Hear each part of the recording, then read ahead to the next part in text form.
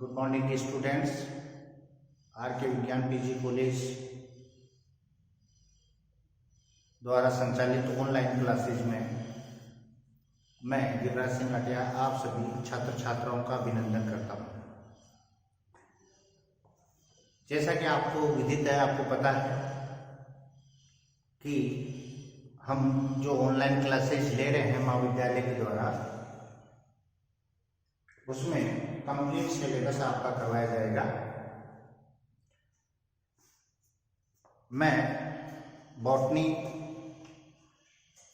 यानी कि BSc first year का जो फर्स्ट पेपर है सेल बायोलॉजी, जेनेटिक्स और प्लांट ब्रीडिंग,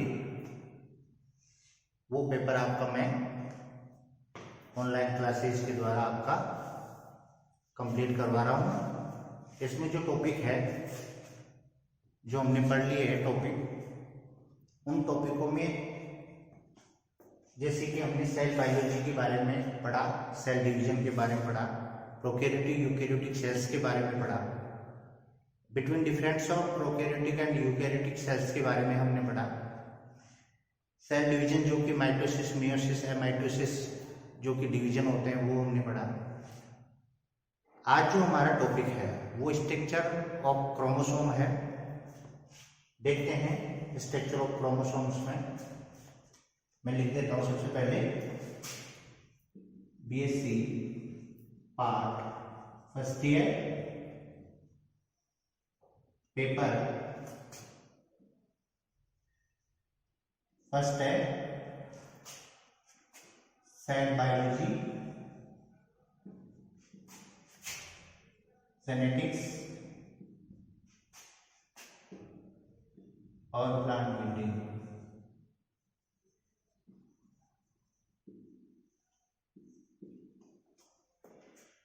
इसमें यूनिट हम फर्स्ट पढ़ रहे हैं और यूनिट फर्स्ट में हमारा टॉपिक जो है वो है स्ट्रक्चर ऑफ क्रोमोसोम। ये हमारा आज का टॉपिक है। स्ट्रक्चर ऑफ क्रोमोसोम यानी कि गुणसूत्र की संरचना के बारे में पढ़ेंगे हम। पिछले कक्षा में हमने इसकी हिस्ट्री वगैरह, डिस्कवरी वगैरह वो सारी चीजें कंप्लीट कर ली थी। देखिए स्ट्रक्चर में सबसे पहले बात करें हम लोग तो इसकी डायग्राम की तरफ ध्यान देते हैं।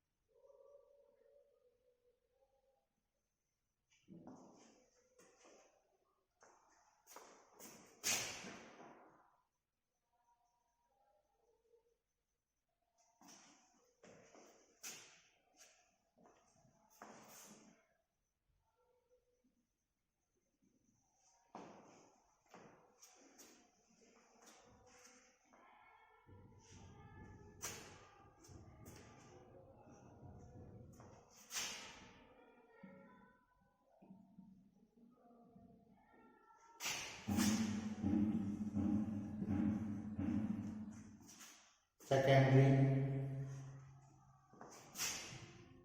कॉन्ट्रैक्शन,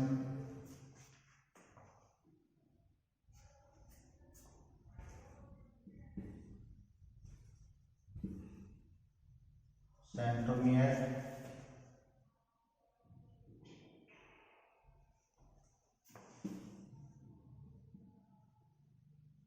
क्रोनिमा,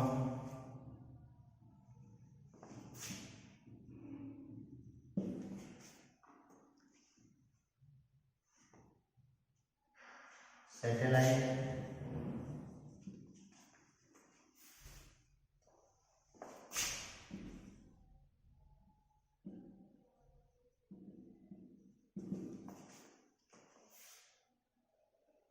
टीलोमियर,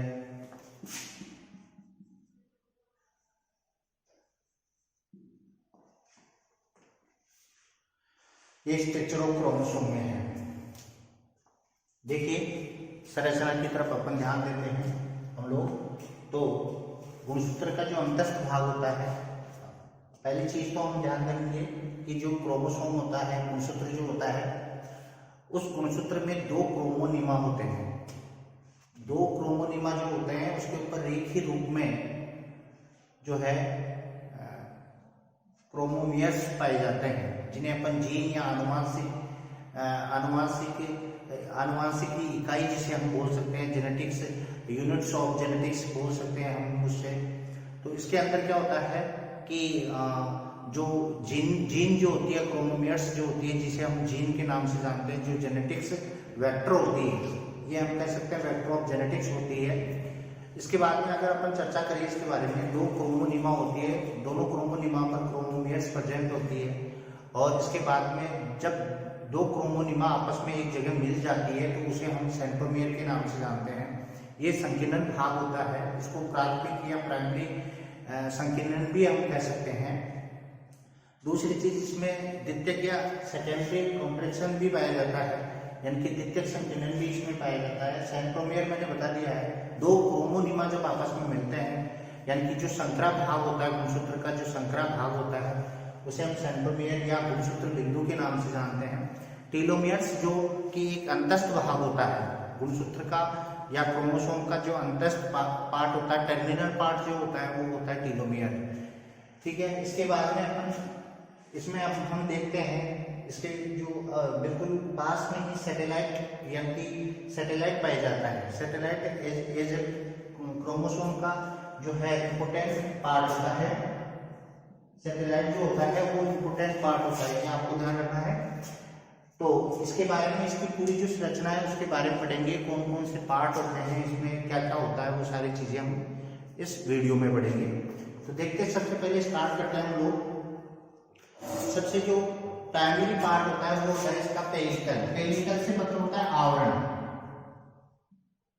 पेलिकल ध्यान रखना, पेलिकल जो होता है वो क्या होता है, बाहरी आवरण होता है, पेलिकल इसे बोलते हैं।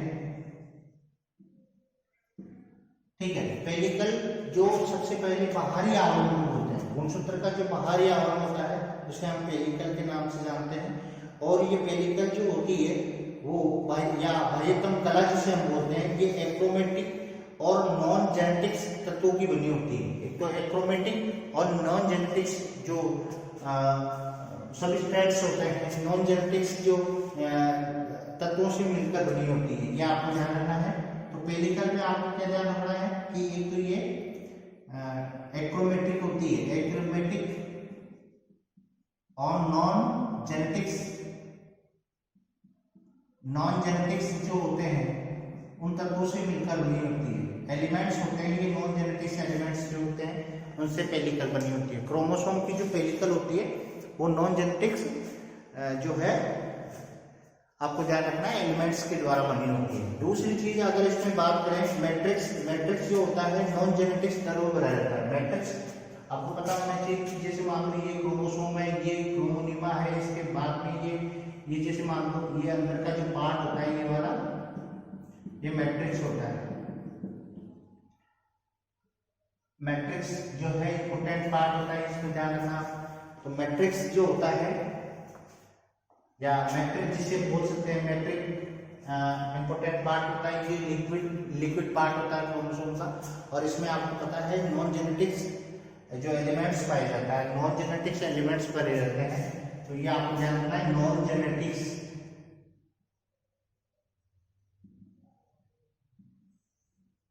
जेनेटिक्स एलिमेंट्स इसमें पाए जाते हैं।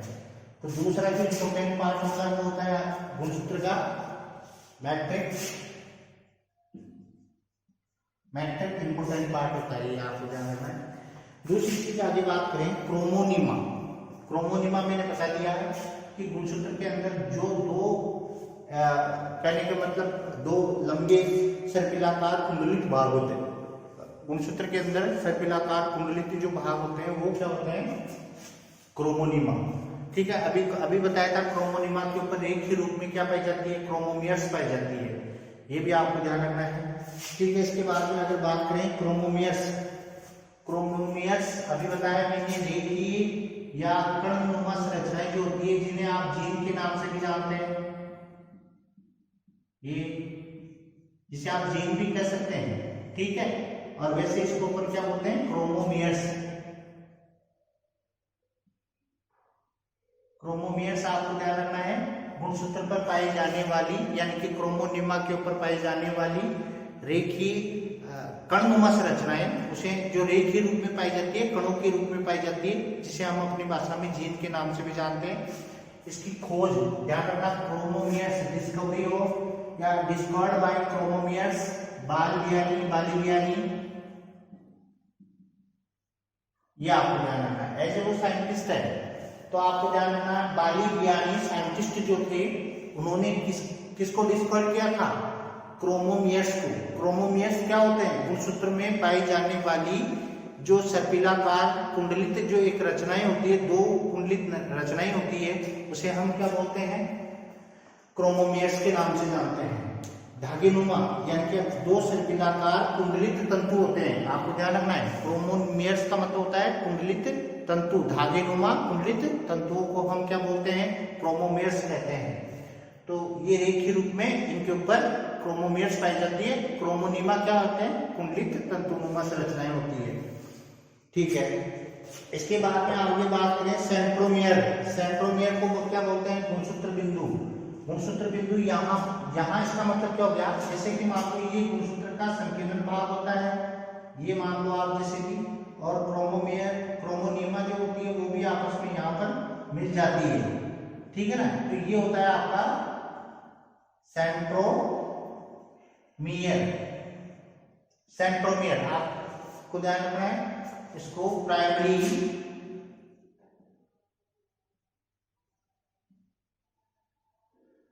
इसको क्या बोलते हैं, प्राइमरी कंट्रैक्शंस के नाम से भी जानते हैं, प्राथमिक संकीर्णन जिसे आप बोलते हो। ठीक है, तो इंपॉर्टेंट चीजें हो गई है। यहाँ पर क्या होगा, जहां पर दो क्रोमोनिमा आपस में मिलती है या गुणसूत्र का सबसे पहला जो संकरा पार्ट होता है उसे हम क्या बोलते हैं, सेंट्रोमियर। और सेंट्रोमियर को आपको ध्यान रखना है, हिंदी में क्या बोलते हैं, गुणसूत्र बिंदु। वह स्थान जहां दो क्रोमोनिमा आपस में अटैच होती है, आपस में मिलती है, या हम इस चीज को यूं भी कह सकते हैं कि वो स्थान जहां पर गुणसूत्र संकीर्णन होता है, संकरा पार्ट होता है, ये आपको ध्यान रखना है। ठीक है, और यहाँ पर जो डीएनए पाया जाता है उसे रिपीटेटिव डीएनए के नाम से भी जानते हैं। यहाँ पर जो डीएनए प्रेजेंट होगा, ध्यान दो कोई,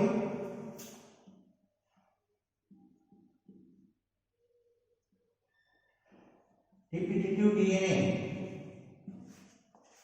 ये आपको ध्यान रखना है। रिपीटेटिव डीएनए यहाँ प्रेजेंट होता है, तो सेंट्रोमियर पर जो डीएनए पाया जाता है उसे रिपीटेटिव डीएनए के नाम से भी हम जानते हैं। इसके बाद में अगर आगे बात की जाए, गुणसूत्र का संकीर्णन भाग होता है और प्राथमिक संकीर्णन जो होता है, सेंट्रोमियर जो होता है, उस स्थान पर क्या होते हैं, तंतुओं की सहायता से गुणसूत्र से जुड़े होते हैं। ये आपको ध्यान रखना है कि ये तंतु, इनकी सहायता से गुणसूत्र तंतुओं से जुड़ते हैं। स्पिंडल फाइबर्स जो होते हैं उनसे जुड़ते हैं। तो स्पिंडल फाइबर्स जो होते हैं उसके जुड़ने का जो स्थान होता है वो स्थान होता है आपका सेंट्रोमियर। ठीक है, इसके बाद में अगर आगे बात की जाए, इसके बाद में आगे बात द्वितीयक संकीर्णन। द्वितीय संकीर्ण क्या होता है, ये हल्का भाग होता है और आपको ध्यान रखना है ये हल्का रंगीन पार्ट होता है और इसे न्यूक्लियर संघटक के नाम से भी जानते हैं। द्वितीय संकीर्ण का मतलब होता है सेकेंडरी, ये वाला देखिए आप द्वितीय संकीर्ण। द्वितीय संकीर्ण वही पार्ट होता है यानी कि एक तो फॉर्मेशन ऑफ न्यूक्लियस यानी कि यह केंद्रिका का निर्माण करता है। ध्यान रखना गुणसूत्र में द्वितीयक संकीर्ण केंद्रिका का निर्माण करता है। इसे एनओ भी कहते हैं, न्यूक्लियर ऑर्गेनाइजेशन या ऑर्गेनाइजर, न्यूक्लियर ऑर्गेनाइजर के नाम से भी इसे जानते हैं। न्यूक्लियर ऑर्गेनाइजर का मतलब हो गया है कि संगठक, न्यूक्लियर संगठक के नाम से भी इसे हम जानते हैं। ठीक है, इसके बाद में आगे बात करें क्रोमेटिड्स। क्रोमेटिड्स मैंने बता दिए हैं, एक क्रोमोसोम के अंदर जो क्रोमेटिड्स हो गए, दो क्रोमेटिड्स जो होते हैं वो आपको ध्यान रखना है कि ये जो मेटाफेज स्टेज होती है, मेटाफेज जो स्टेज होती है, उस मेटाफेज स्टेज के अंदर ये स्पष्ट रूप से दिखाई देते हैं। तो आगे वाला जो पॉइंट है हमारा, वो पॉइंट है आपको ध्यान रखना है क्या, आगे वाला पॉइंट हमारा क्या हुआ, क्रोमेटिड्स।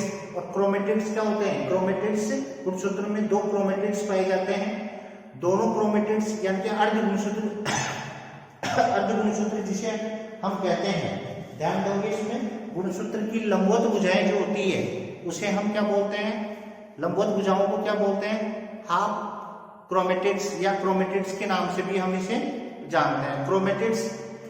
क्रोमेटिड्स जो होते हैं वो हाफ होते हैं। दोनों क्रोमेटिड्स जिस स्थान या जिस बिंदु से जुड़ते हैं उसे हम क्या बोलते हैं, सेंट्रोमेर के नाम से जानते हैं। अभी मैंने आपको यहाँ डायग्राम में बताया था कि सेंट्रोमेर क्या होता है। तो सेंट्रोमेर जहां पर दोनों आर्म, दोनों भुजाएं, दोनों क्रोमेटिड्स, दोनों क्रोमिनिमा आपस में जुड़ते हैं, वो स्थान क्या हो गया, सेंट्रोमेर होता है। उस सेंट्रोमेर से जुड़ते हैं, अर्थात दोनों क्रोमिनिमा या दो अर्ध गुणसूत्र जो होते हैं वो आपस में सेंट्रोमेर के द्वारा आपस में ये जुड़ते हैं।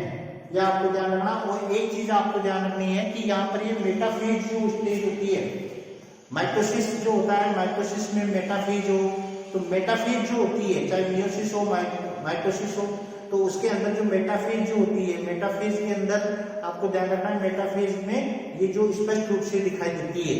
तो अगर गुणसूत्र की स्टडी करनी होती है, हमारे को गुणसूत्र का अध्ययन करना होता है, क्योंकि उसमें गुणसूत्र मेटाफेज में क्या होता है, मेटाफेज प्लेट बनाते हैं, ठीक है ना, तो वहां पर ये सबसे ज्यादा इंपॉर्टेंट होती है।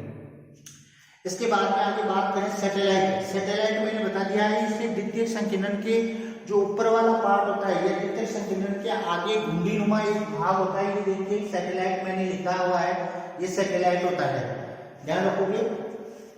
तो ये सैटेलाइट क्या करता है, गुणसूत्र, जो गुणसूत्र होता है, गुणसूत्र से एक क्रोमेटिड तंतु से जुड़ा रहता है। सैटेलाइट एक क्रोमेटिड तंतु से जुड़ा रहता है, ये आपको ध्यान रखना है, ठीक है। और इस भाग पर डीएनए की मात्रा भी क्या होती है, बहुत कम होती है। डीएनए की मात्रा यहाँ पर बिल्कुल कम होगी, यह आपको ध्यान रखना है सैटेलाइट पर। टीलोमियर्स, टीलोमियर आगे देखते हैं। टीलोमियर अगला जो पॉइंट है हमारा, इसमें टीलोमियर इंपोर्टेंट पार्ट है। टीलोमियर इंपोर्टेंट पार्ट क्यों है, क्योंकि टीलोमियर गुणसूत्र का अंतिम भाग होता है। सबसे पहले तो आपको एंड ऑफ पार्ट होता है ये क्रोमोसोम का, या टर्मिनल पार्ट होता है टीलोमियर। दूसरी चीज, टीलोमियर जो होता है इसकी उपस्थिति से गुणसूत्र अन्य गुणसूत्रों से नहीं जुड़ता है। देखो टीलोमियर क्या है कि अन्य क्रोमोसोम, जैसे मान लो ये एक क्रोमोसोम है, ये गुणसूत्र है, ये गुणसूत्र अन्य गुणसूत्र से नहीं जुड़ पाएगा, क्योंकि इसमें टीलोमियर प्रेजेंट होता है। तीसरी चीज इसमें आपको ध्यान रखना है टीलोमियर के बारे में, एक चीज सबसे ज्यादा इंपॉर्टेंट है, डॉक्टर रिचर्ड कॉथन,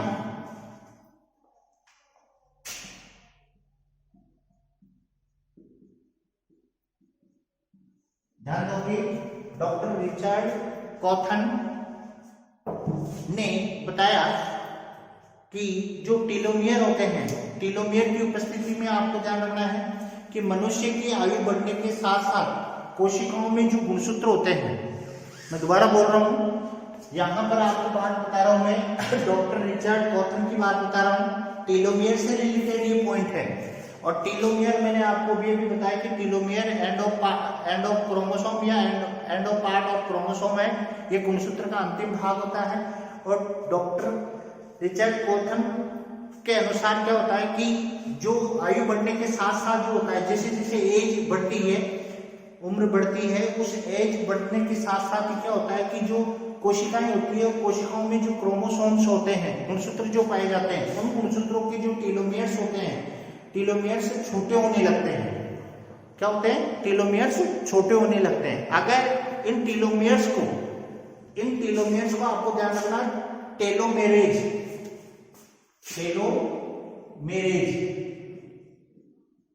एंजाइम के संपर्क में रखा जाए,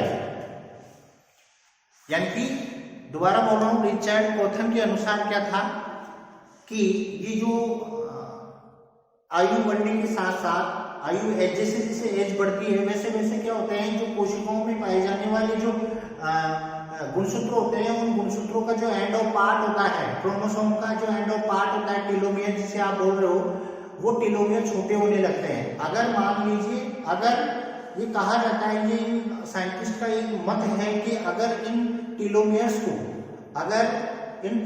को टेलोमेरेज एंजाइम के संपर्क में रखा जाता है तो गुणसूत्र छोटे होने से रुक जाते हैं और वो मनुष्य अधिक, मतलब कहने का मतलब है कि वो युवा, लंबे समय तक वो मनुष्य युवा बना रहता है। समझना इस चीज को, लंबे समय तक वह मनुष्य युवा बना रहता है, उसमें ओल्ड स्टेज बहुत कम आती है, मतलब बहुत दिनों के बाद में ओल्ड स्टेज आएगी, क्योंकि ओल्ड स्टेज आने का रीजन क्या हो रहा है, टेलोमेयर छोटा होना। अब टेलोमेयर छोटा नहीं हो रहा है, क्यों नहीं हो रहा है? क्योंकि टेलोमेरेज एंजाइम के द्वारा आप उसको क्या कर रहे हो, उसको ट्रीटमेंट कर रहे हो, उसके द्वारा उसको उपचारित कर रहे हो, तो उसके द्वारा जो है टेलोमेयर छोटे होने से बच जाएंगे और वो व्यक्ति जो है युवा अवस्था में लंबे समय तक बना रहेगा। ये डॉक्टर रिचर्ड कोथन के अनुसार था, तो ये आप ध्यान रखोगे इन चीजों का। आगे पॉइंट चलता है हमारा केमिकल कंपोजिशन। ये आपका क्रोमोसोम, स्ट्रक्चर ऑफ क्रोमोसोम हुआ है।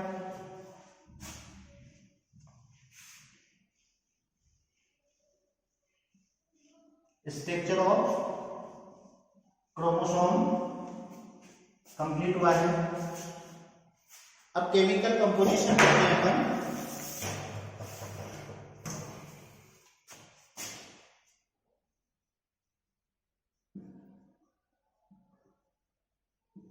केमिकल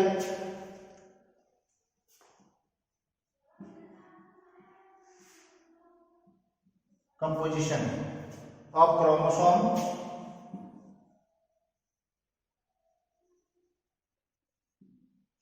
ये पॉइंट है हमारा।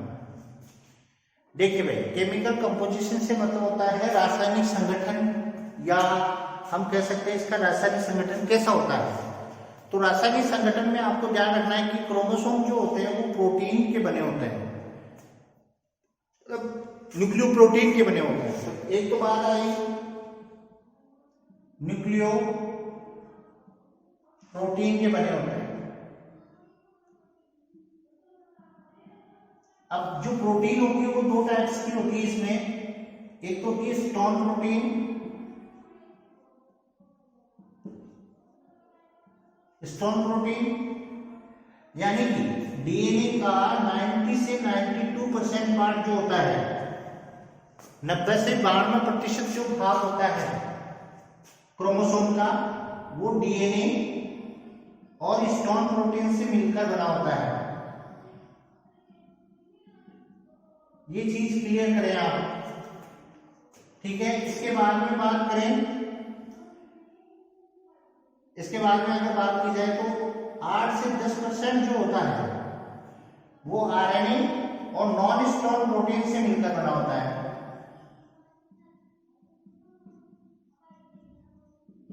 दो चीजें यहां क्लियर करें आप लोग। 90 से 92% यानी कि part of chromosome chemical composition जो पॉइंट चल रहा है, उस केमिकल कंपोजिशन में आपको ध्यान रखना है दो चीज सबसे ज्यादा इंपोर्टेंट यहां रह रही है कि 90 से 92% जो होता है क्रोमोसोम का, 90 से 92% जो पार्ट होता है वो डीएनए और स्टोन प्रोटीन से मिलकर बना होता है। दूसरी चीज अगर बात करें, 8 से 10% जो पार्ट होता है वो आरएनए और नॉन स्टोन प्रोटीन से मिलकर बना होता है। तो प्रोटीन यहाँ पर कौन सी हो गई, न्यूक्लियो प्रोटीन। तो न्यूक्लियोप्रोटीन को दो भाग में डिवाइड किया गया है, या एक तो हो गया स्टोन प्रोटीन और एक हो गया नॉन स्टोन प्रोटीन। अब बात करेंगे, सबसे पहले जो पढ़ेंगे हम लोग वो पढ़ेंगे स्टोन प्रोटीन। तो टॉपिक चलता है हमारा स्टोन प्रोटीन।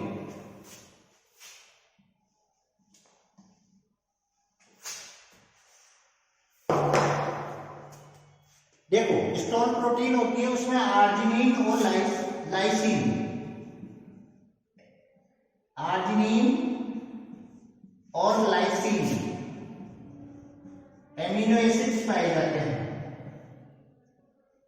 यह आपको ध्यान रखना है पहली चीज, तो आर्जिनिन और लाइसिन एमिनो एसिड पाए जाते हैं।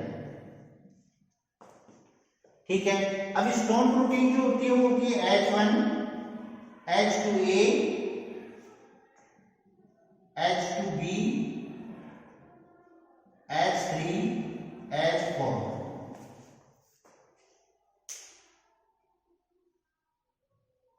यानी कि यहां पर 5 प्रकार की प्रोटीन यहां मिल रही है, 1, 2, 3, 4 और 5। H1, H2A, H2B, H3, H4, ये 5 प्रकार की स्टोन प्रोटीन क्रोमोसोम में प्रेजेंट होती है। ठीक है, नॉन स्टोन प्रोटीन की अगर बात की जाए,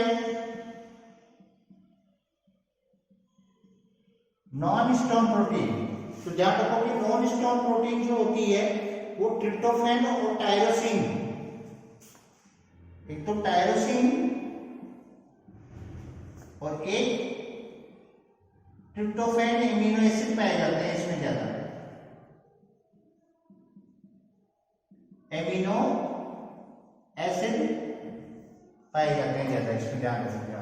नॉन स्टोन प्रोटीन में दो चीजें यहां क्लियर हुई है, एक तो यहां पर आप न्यूक्लियोप्रोटीन, आप क्या पढ़ रहे हो, टॉपिक क्या है आपका, केमिकल कंपोजिशन ऑफ क्रोमोसोम। तो केमिकल कंपोजिशन में आपको बता देना है स्टोन और नॉन स्टोन प्रोटीन से मिलकर ये बना होता है। यानी कि यहाँ पर आपको बता देना है कि न्यूक्लियोप्रोटीन से बना होता है। न्यूक्लियोप्रोटीन दो टाइप से हैं यहाँ, stone protein, non stone protein. Stone protein जो होती है 90 से 92% पार्ट, यानी कि गुणसूत्र का 90 से 92% भाग जो होता है स्टोन प्रोटीन और डीएनए से मिलकर बना होता है। नॉन स्टोन प्रोटीन आपको ध्यान रखना है, उसके अंदर आरएनए और जो नॉन स्टोन प्रोटीन होती है वो 8 से 10% होती है, पहली चीज। तो दूसरी चीज स्टोन प्रोटीन जो हम पढ़ रहे हैं, स्टोन प्रोटीन में आपको ध्यान रखना 5 प्रकार की स्टोन प्रोटीन होती है, जो आर्जिनिन और लाइसिन एमिनो एसिड की अधिकता इसमें यहाँ पाई जाती है। तो H1, H2A, H2B और H3, H4। इसी प्रकार नॉन स्टोन प्रोटीन जो होती है उसमें टायरोसिन और ट्रिप्टोफैन एमिनो एसिड प्रचुर मात्रा में पाया जाता है। यह आपको ध्यान रखना है, ये केमिकल कंपोजिशन में आ रहा है। नेक्स्ट आगे बात करें अपन स्ट्रक्चर ऑफ न्यूक्लियोसोम। अभी क्रोमोसोम ही चल रहा है।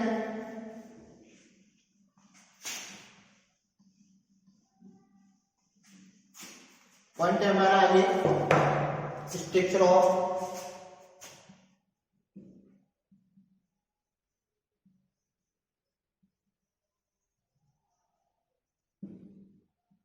न्यूक्लियोसोम, या इसे हम सॉलिडॉइड मॉडल के भी नाम से जानते हैं। दो चीजें आपको ध्यान रखनी है, सॉलिडॉइड मॉडल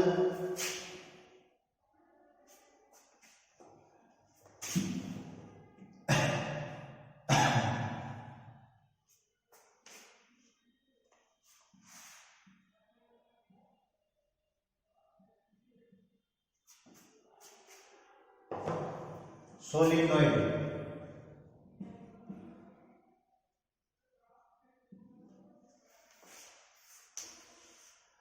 न्यूक्लियोसोम मॉडल इसे हिंदी में कहते हैं न्यूक्लियोसोम मॉडल। देखिए न्यूक्लियोसोम मॉडल सबसे पहले कार्लबर्ग और थॉमस ने प्रतिपादित किया था। कार्लबर्ग और थॉमस, न्यूक्लियोसोम मॉडल का प्रतिपादन कार्लबर्ग और थॉमस ने किया था। दूसरी चीज इसका नाम दिया था आउटडेट व साथी। आउटडेट कोवर्कर्स, साथियों ने नाम दिया था। ठीक है, प्रतिपादन किया था कॉर्नबर्ग और थॉमस ने। आउटडेट और साथियों ने इसका क्या दिया था, नाम दिया था सोलेनॉइड मॉडल। ठीक है, अन्य नाम बता दिया इसका अदर अन्य नाम सोलेनॉइड मॉडल, ये इसका अन्य नाम है। क्लियर, ये चीज हमारे यहाँ क्लियर हुई है। तो सोलेनॉइड मॉडल में प्रतिपादन कॉर्नबर्ग, थॉमस, नाम दिया था आउटडेट व सेरूगियो ने, और सोलेनॉइड अदर नेम इसका है ही है। आगे बात करें हम लोग गुणसूत्र जो होता है, क्रोमोसोम जो होता है, सोलेनॉइड मॉडल क्रोमोसोम का ही है। न्यूक्लियोसोम मॉडल भी इसे हम कहते हैं, सोलेनॉइड भी अपन इसे कहते हैं। गुणसूत्र में डीएनए एवं स्टोन प्रोटीन जो होता है जब आपस में मिल जाते हैं तो एक संरचना बढ़ जाती है जिसे न्यूक्लियोसोम कहते हैं हम। न्यूक्लियोसोम आपको जानना है कि डीएनए और स्टोन प्रोटीन से मिलकर बना हुआ भाग जो होता है वो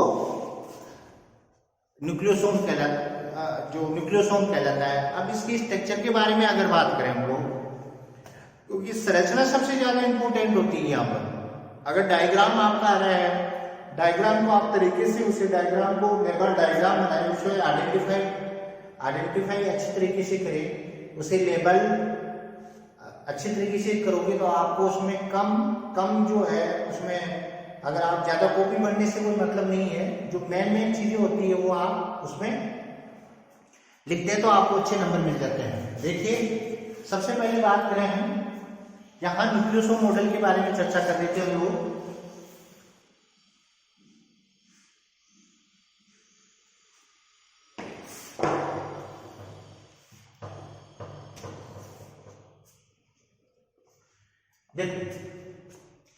सबसे पहले तो आपको ध्यान रखना है कि डीएनए व स्टोन प्रोटीन से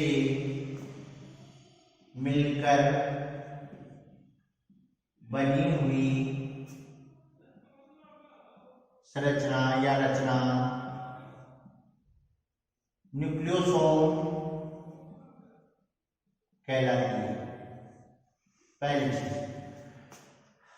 ठीक है, अब यहां पर न्यूक्लियोसोम मॉडल में एक तो डीएनए, ठीक है, तो यहां पर जो डीएनए प्रेजेंट होगा वो लिंकर डीएनए प्रेजेंट होगा, लिंकर डीएनए होगा। देखते हैं इसकी संरचना की तरफ हम ध्यान देते हैं। न्यूक्लियोसोम मॉडल में H2A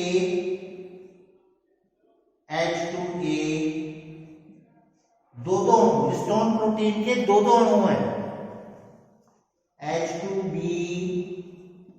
H2B, H3, H3, H4, H4, यानी कि स्टोन प्रोटीन के दो जो अणु हैं वो आपस में मिलते हैं और एक अष्टांशक 8 अष्टांशक का निर्माण करते हैं। अष्टांशक का मतलब हो गया कि स्टोन प्रोटीन के दो मॉलिक्यूल, स्टोन प्रोटीन के दो मॉलिक्यूल है यहाँ, जैसे H2A के एक घेरा, H2B का एक घेरा, ये ऐसे दो अणु। ठीक है, अब इसमें बात करें यहां से कि जो लिंकर डीएनए होता है, ये यहां पर H1 स्टोन प्रोटीन, इसी प्रकार यहां पर H2A, ठीक है, इसी प्रकार यहां पर H2B, H3, H4,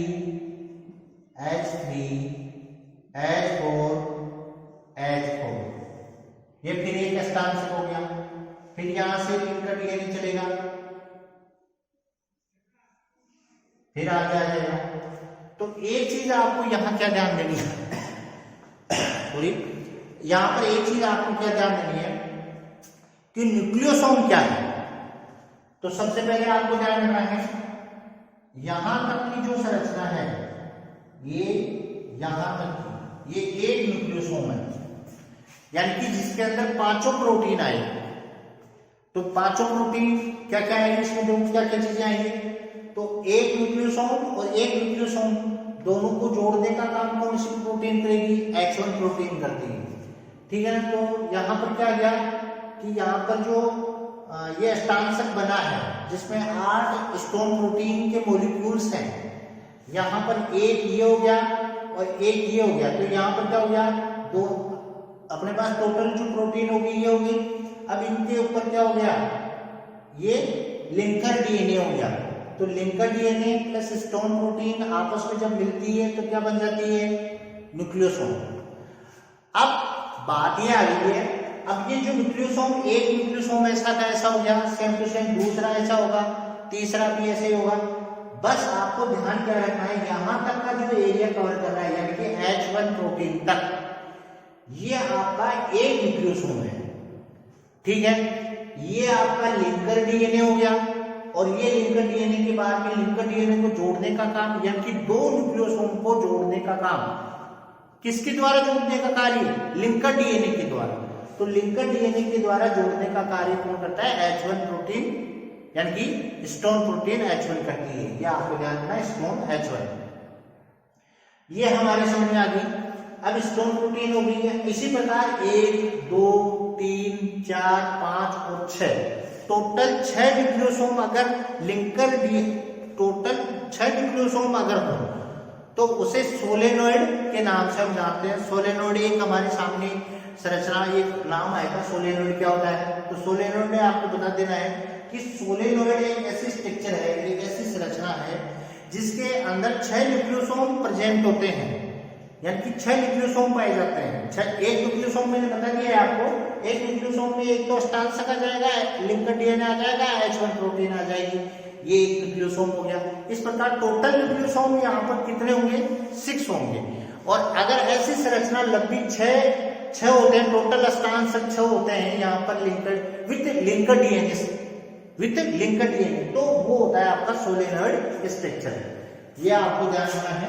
तो ये मैंने बता दिया इसमें सोलेनोइड स्ट्रक्चर के बारे में क्या बता दिया है। स्ट्रक्चर ऑफ न्यूक्लियोसोम हो गया है, सोलेनोइड स्ट्रक्चर वगैरह हो गई है, सारी चीज आपको ध्यान रखनी है। कॉर्नबर्ग और थॉमस ने इसको प्रतिपादित किया था, वो आपको ध्यान रखना है। इसका अदर नेम सोलेनोइड वगैरह है, ये सारी चीजें आपको, और आउटडेट और साथियों ने इसका नाम दिया था, ये चीजें आपको ध्यान रखनी है। और उसमें स्ट्रक्चर में आपको ज्यादा कुछ नहीं बताना है, आपको डायग्राम बनाना है। 6 यानी कि 6 न्यूक्लियोसोम आप ऐसे संरचनाओं में बना दें, लिंकर डीएनए से आप उसे अटैच करवा दें और एक न्यूक्लियोसोम आप प्रेजेंट कर दें, उसके नीचे लिख दें न्यूक्लियोसोम, और उसके बाद में पूरी जो संरचना है, जो पूरे 6 मॉलिक्यूल्स हैं, उसके नीचे आप सोलेनोइड चेन या सोलेनोइड मॉडल भी आप लिख सकते हैं। ठीक है, ये आपका जो है पॉइंट कंप्लीट होता है। इसके बाद में टाइप्स ऑफ क्रोमोसोम, गुणसूत्रों के प्रकार। नेक्स्ट पॉइंट है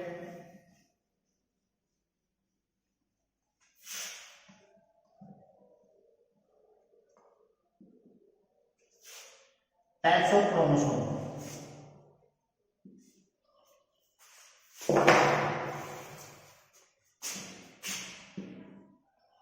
टाइप्स ऑफ क्रोमोसोम, गुणसूत्रों के प्रकार। सबसे पहले बात करें गुणसूत्र के जो प्रकारों में बात करें, सबसे पहले जो आता है ऑटोसोम।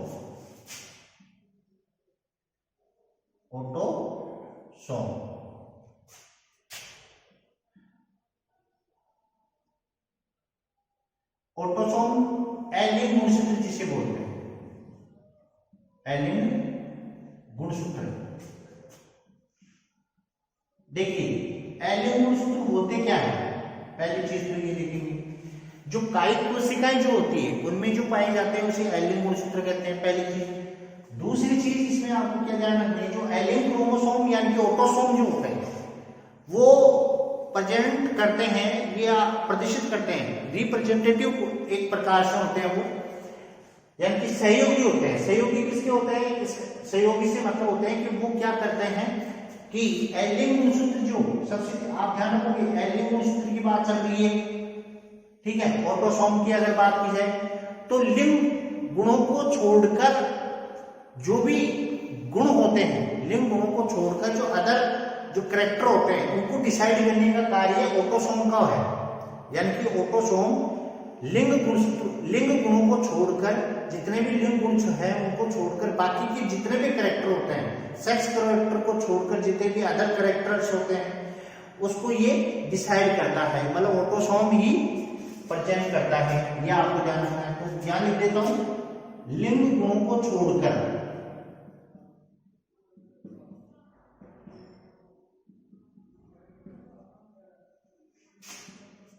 अन्य गुणों, ध्यान रखोगे, अन्य गुणों को ये क्या करते हैं? निर्धारण करता है, डिटरमाइन करता है, डिटर्मिनेशन करता है। यह आपको ध्यान रखना है, ठीक है। तो ये चीज हमारी क्लियर हो गई है। लिंग गुणों को छोड़कर अन्य गुणों को निर्धारित करते हैं ये, यानी कि डिटरमाइन करते हैं कि ऑटोसोम्स क्या है। ऑटोसोम्स मैंने बता दिया लिंग गुणसूत्रों को बोलते हैं। और अब जैसे एग्जांपल में अगर बात की जाए कि ऑटोसोम कैसे होते हैं, वो चीज हम देंगे। तो ऑटोसोम जैसे मनुष्य है, एग्जांपल में बात करें हम लोग, मनुष्य में 23 में से आपको ध्यान रखना है 22, यानी कि 22 ऑटोसोम होते हैं, लिंग गुणसूत्र कहलाते हैं। एक इसमें जो आता है वो आपका सेक्स क्रोमोसोम होता है, सेक्स क्रोमोसोम होता है, और एक जो होता है वो होता है ऑटोसोम। ये चीज आप क्लियर करें। इस प्रकार टोटल जो होते हैं हैप्लॉइड की बात करें, हैप्लॉइड होते हैं तो 23, यह आपको ध्यान रखना है। हैप्लॉइड गुणसूत्रों की संख्या मनुष्य में 23 होती है, और 23 में से 22 यानी कि ये 22 ये एलियन गुणसूत्र होते हैं। तो मनुष्य में टोटल जो क्रोमोसोम होते हैं वो होते हैं 46। अब 46 में हैप्लॉइड करें तो 23 में से 22 और 22 ये टोटल जो 44 होते हैं, 44 ये होते हैं टोटल, यानी कि ऑटोसोम। ये आपको ध्यान रखना है। और 2 आगे आपके जो है सेक्स क्रोमोसोम, ये दोनों चीजें आप क्लियर यहां करोगे, ठीक है ना। तो यहाँ पर कोई भी आपको वो नहीं होनी चाहिए, प्रॉब्लम नहीं आनी चाहिए, कोई भी प्रॉब्लम नहीं आनी चाहिए आपके सामने। ऑटोसोम्स क्या होते हैं, सेक्स क्रोमोसोम क्या होते हैं, क्या क्या क्या ये डिसाइड करते हैं। तो ऑटोसोम तो आपको मैंने बता दिया कि लिंग कैरेक्टर जो होते हैं, सेक्स कैरेक्टर जो होते हैं उनका निर्धारण करता है। उनको छोड़कर जो अन्य कैरेक्टर जो मनुष्य में पाए जाते हैं उनका निर्धारण करता है, उसको डिटरमाइन करते हैं वो लोग। और दूसरी चीज यहाँ पर आ गई है कि जो सेक्स क्रोमोसोम होते हैं, सेक्स क्रोमोसोम का मतलब होता है लिंग गुणसूत्रों को डिटरमाइन करने वाले, यानी कि डिटर्मिनेशन करने वाले जो होते हैं वो होते हैं आपके सेक्स क्रोमोसोम, यानी कि लिंग गुणों को निर्धारण करने वाले लिंग गुणसूत्र कहलाते हैं। ये चीज आपको ध्यान रखनी है। 44 आपको बता दिए। इसके बाद में अगर बात करें सेक्स क्रोमोसोम की, ये ऑटोसोम कंप्लीट हो गया है। ऑटोसोम 44 आपको ध्यान रखना है, 44 जो है वो ऑटोसोम है, ठीक है। इसके बाद में आगे बात करें सेक्स क्रोमोसोम, पॉइंट दूसरा आ रहा है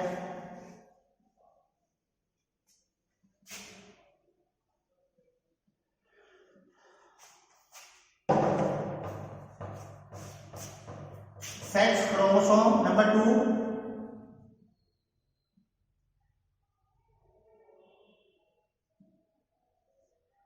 सेक्स क्रोमोसोम को बोलते हैं हिंदी में हम लोग लिंग गुणसूत्र, ठीक है। अब लिंग गुणसूत्र करते क्या है, एक तो सेक्स डिटर्मिनेशन यानी कि लिंग निर्धारण, लिंग निर्धारण में सबसे ज्यादा इंपॉर्टेंट है। मनुष्य में लिंग निर्धारण के लिए एक्स और वाई एग्जाम्पल, यह आपको ध्यान रखना है। तो सेक्स डिटर्मिनेशन में लिंग निर्धारण में सेक्स क्रोमोसोम इंपॉर्टेंट होते हैं, और जैसे मनुष्य की अगर बात की जाए तो एक्स और वाई दो जो क्रोमोसोम होते हैं उनके द्वारा सेक्स डिटरमिनेशन करवाया जाता है, लिंग निर्धारण किया जाता है। अब स्पेशल टाइप्स ऑफ क्रोमोसोम यानी कि विशिष्ट गुणसूत्र या विशेष गुणसूत्र बता सकते हैं हम इनको।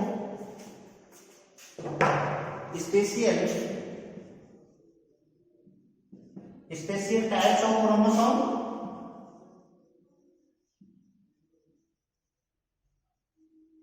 Special type of chromosomes. The first are polytene chromosome. Polytene पहला है पॉलीटीन क्रोमोसोम।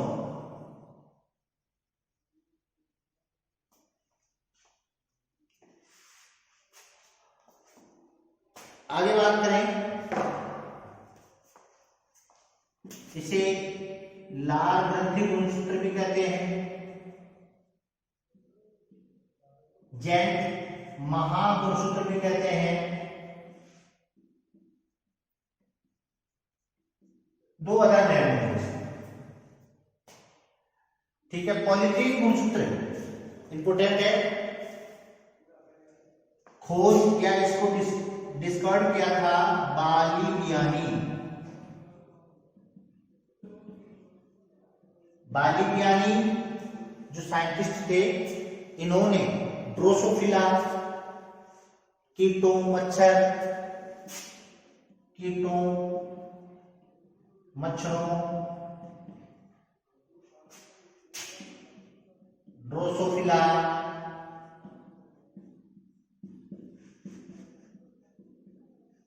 कायरोनोमस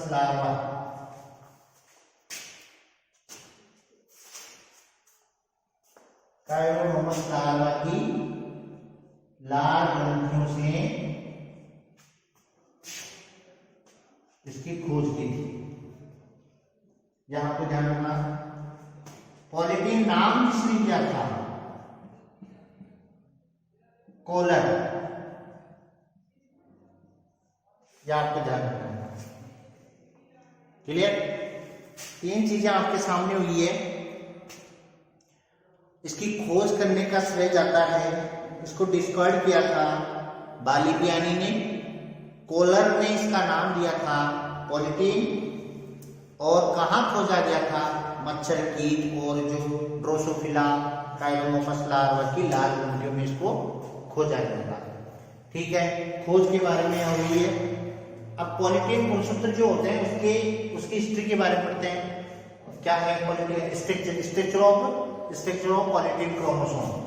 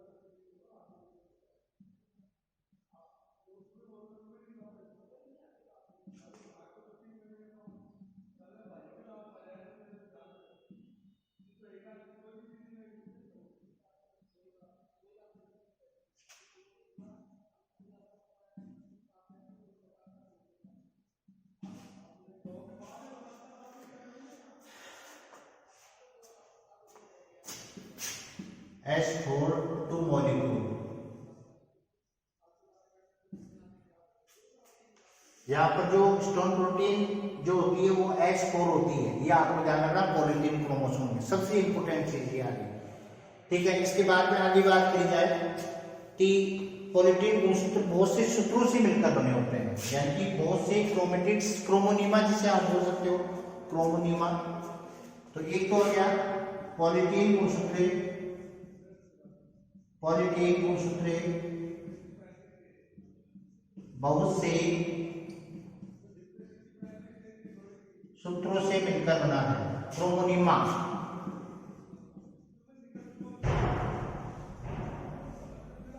से बने होते हैं, पहली चीज आपको ये ध्यान रखनी। दूसरी चीज इसमें होता है इसकी संख्या, अगर बात करें ये जो सूत्र होते हैं वो 512 से लेकर 512 यानी कि 512 से लेकर हजारों की संख्या में होते हैं।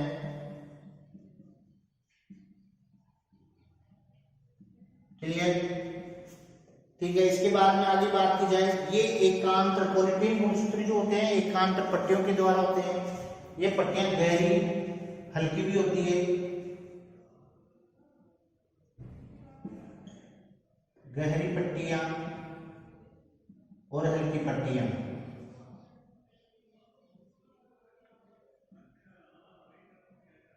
ठीक है, इसी प्रकार आगे बात करें, ये जो पट्टियां होती है इन पट्टियों को गहरा ढंग लेती है कौन से केमिकल के अंदर?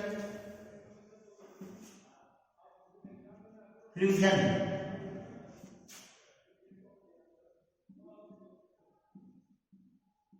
अभिरंजन, यानी कि अगर इन पट्टियों को फ्यूजन अभिरंजक, डीएनए युक्त पट्टियां जो होती है, अगर डीएनए से मिलकर जो पट्टियां बनी होती है, ध्यान रखोगे, मैं लिख देता हूं यहां, डीएनए से निर्मित पट्टियां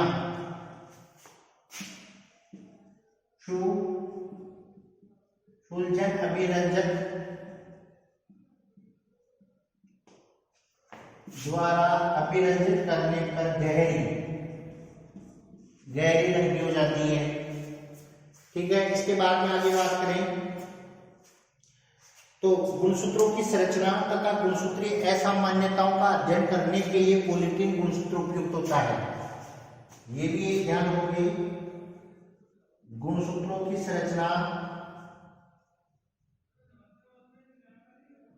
गुणसूत्रों की संरचना व गुणसूत्रीय असामान्यता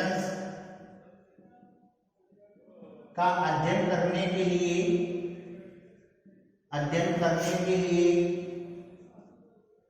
पॉलीटीन गुणसूत्र इंपोर्टेंट है भाई।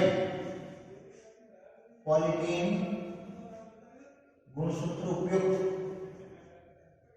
ये आपको ध्यान रखना है। पॉलीटीन क्रोमोसोम इंपोर्टेंट हो गया, तो पॉलीटीन क्रोमोसोम के द्वारा हम कह सकते हैं structure of chromosome, study of structure of chromosomes और अब्रेशन, क्रोमोसोम अब्रेशंस, ये दोनों काम हम पॉलीटीन गुणसूत्र के द्वारा कर सकते हैं। ठीक है, इसके बाद में आगे बात करें अपन, जो हल्की और गहरी पट्टियां पाई जाती है बैंड, जो ये बैंड कहीं कहीं पर फुले हुए रहते हैं। यहाँ देखो, यहाँ पर ये जो बैंड होते हैं वो कहीं कहीं फुले होते हैं, इसे हम क्या बोलते हैं? पफ। ये आपको ध्यान रखना है, पफ जो होते हैं वो जब पट्टियां हल्की और गहरी जो पट्टियां कहीं कहीं पर फूल जाती है उसे हम पफ के नाम से जानते हैं।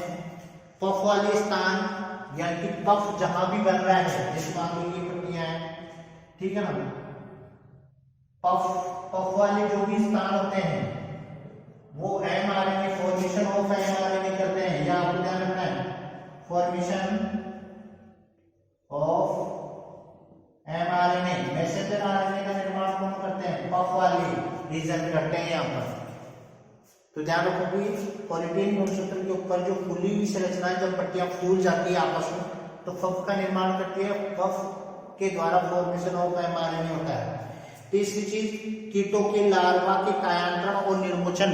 आपको ध्यान रखना है एक चीज के लिए, यहाँ भी ये सबसे ज्यादा इंपोर्टेंट है, कीटो के लार्वा के कायांतरण, मेटामॉर्फोसिस कायांतरण और वह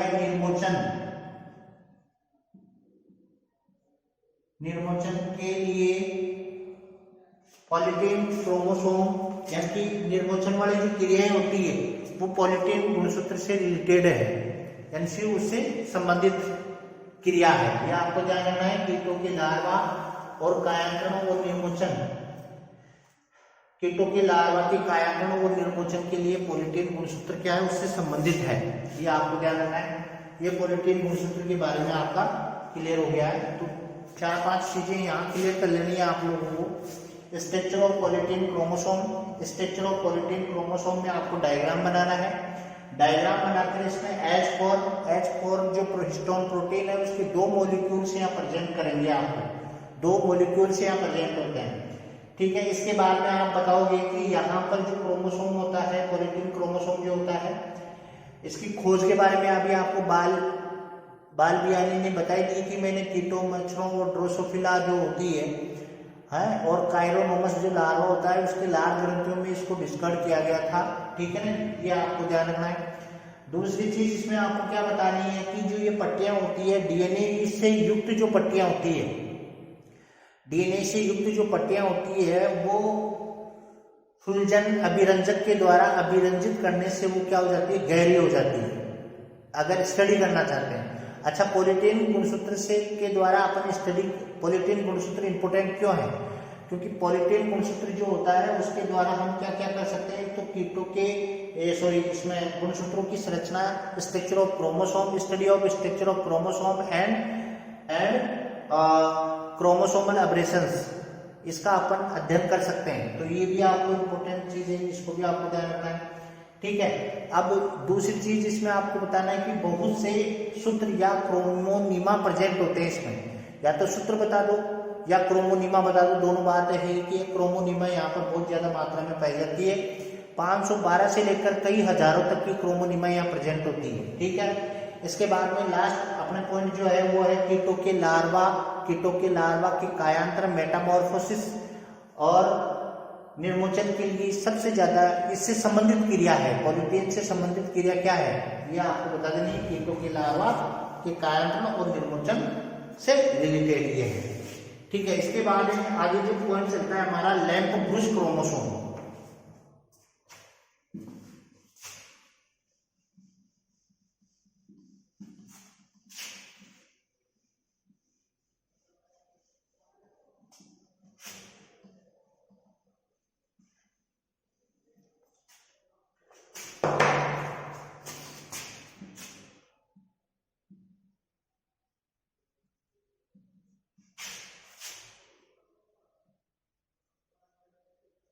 लैम्प ब्रुश क्रोमोसोम आगे का टॉपिक है, लैम्प ब्रुश क्रोमोसोम,